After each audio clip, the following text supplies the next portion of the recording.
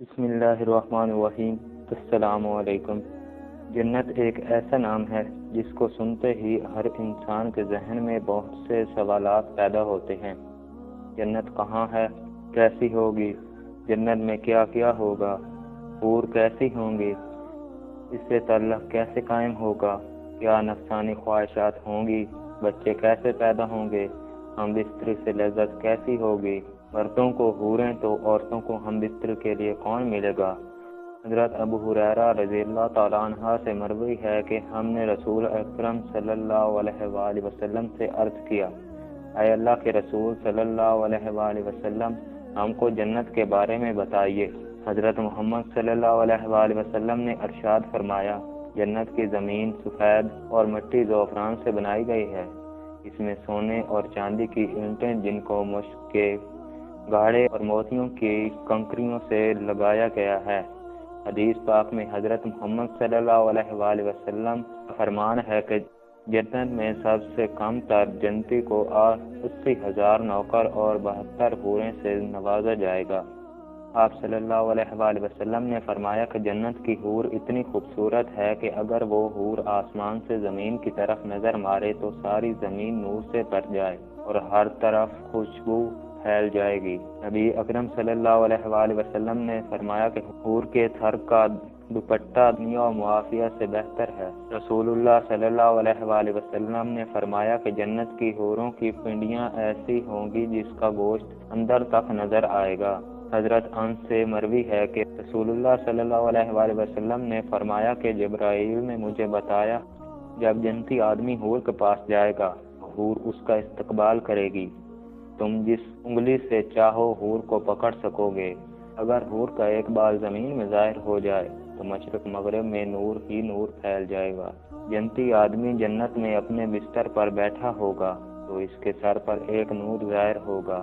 اس کے ذہن میں یہ بات آئے گی کہ اللہ تعالیٰ اپنی مخلوق پر نظر کرم فرما رہا ہے۔ جب وہ اس نور کی طرف نظر مارے گا تو وہ ایک حور ہوگی۔ وہ اس جنتی سے کہہ رہی ہوگی، اے اللہ کے بندے، کیا تمہارے پاس ہمارے لیے وقت نہیں؟ یہ آدمی اس سے دریافت کرے گا، تم کون ہو؟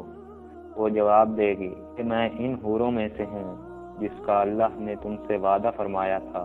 وہ حور اس جنتی کے پاس بیٹھ جائے گی۔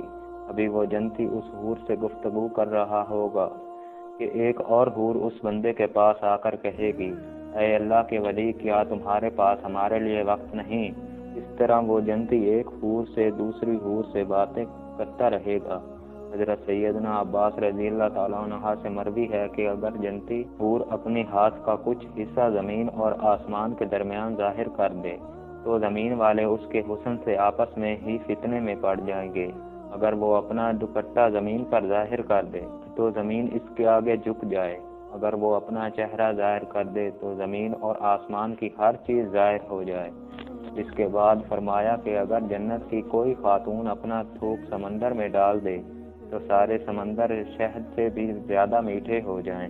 یہاں سوال یہ پیدا ہوتا ہے کہ مردوں کو جنت میں حوریں عطا کی جائیں تو پھر جب عورتیں جنت میں جائیں گی تو ان کو کیا ملے گا؟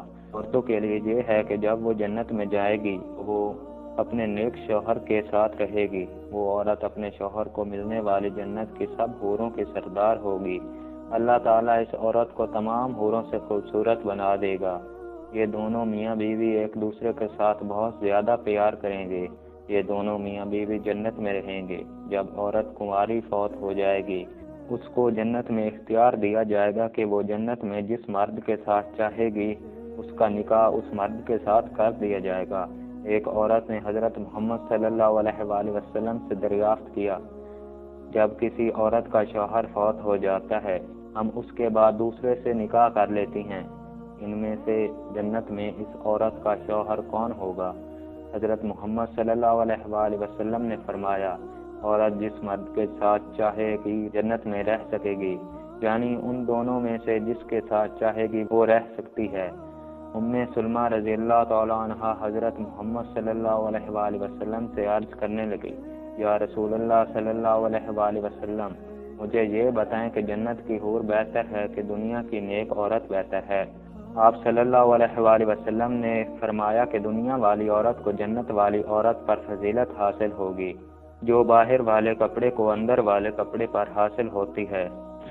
ایک بار ایک یہودی اللہ تعالیٰ کے نبی حضرت محمد صلی اللہ علیہ وآلہ وسلم کی بارگاہ میں حاضر ہو کر کہنے لگا، رسول اللہ صلی اللہ علیہ وآلہ وسلم، جنت میں لوگ کھائے پیئیں گے۔ حضرت محمد صلی اللہ علیہ وآلہ وسلم نے فرمایا کہ جنت میں آدمی کو 100 آدمیوں کے برابر کھانا پیش کیا جائے گا، اس کو 100 مردوں کے برابر ہم بستری کی طاقت عطا کیا جائے گی۔ یہودی نے کہا کہ جب کوئی مرد یا عورت جنت میں کھائے پیے گا اس کو جنت میں قضائے حاجت کی ضرورت تو پیش آئے گی۔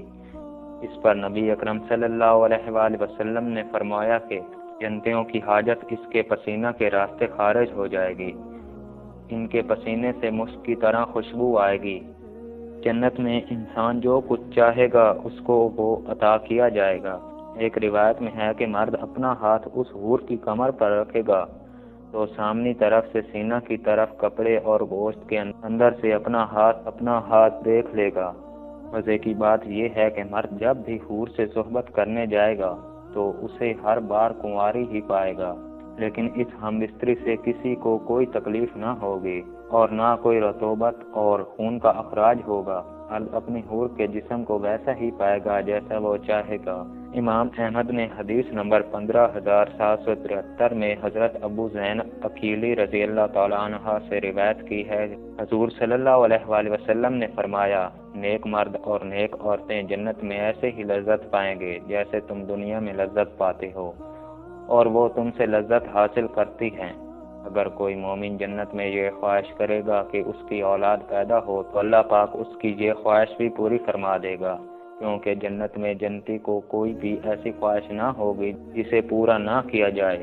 اس بارے میں ترمذی شریف کی حدیث نمبر 2563 پیش کی جاتی ہے۔ حضرت ابو سعید خدری رضی اللہ تعالیٰ عنہ سے روایت ہے کہ رسول اللہ صلی اللہ علیہ وآلہ وسلم نے فرمایا، مومن جنت میں جب اولاد چاہے گا تو حمل، زچگی اور پرورش اسی وقت ہو جائے گی جیسے وہ چاہے گا۔ البانی رحمت اللہ نے اسی صحیح الجامع صحیح کہا ہے۔ اب حمل کا ٹھہرنا، مدت مکمل ہونا اور اس کے بعد 33 سالہ جو ان کے ایک ہی لمحے میں ہو جانا اس حدیث میں ثابت ہے، اور قابل ذکر بات یہ ہے کہ حدیث میں لفظ استعمال ہوا کہ جیسے وہ چاہے گا، مطلب یہ کہ لڑکی اور لڑکے جو جتنی چاہے گا وہی پیدا ہوگا۔ حدیث سے یہ بھی ثابت ہوتا ہے کہ جنت کی اولاد دنیاوی اولاد کی طرح نہ ہوگا، بلکہ یہ سارا مرحلہ ایک ہی لمحے میں مکمل ہو جائے گا، اور چونکہ جنت میں چھوٹے بچے نہ ہوں گے اس لیے بچہ پیدا ہوتے ہی 33 سال کا کڑیل جوان بن جائے گا۔ اللہ تعالیٰ سے دعا ہے کہ اللہ تعالیٰ ہم کو جنت میں اعلیٰ مقام عطا فرمائے، آمین ثم آمین۔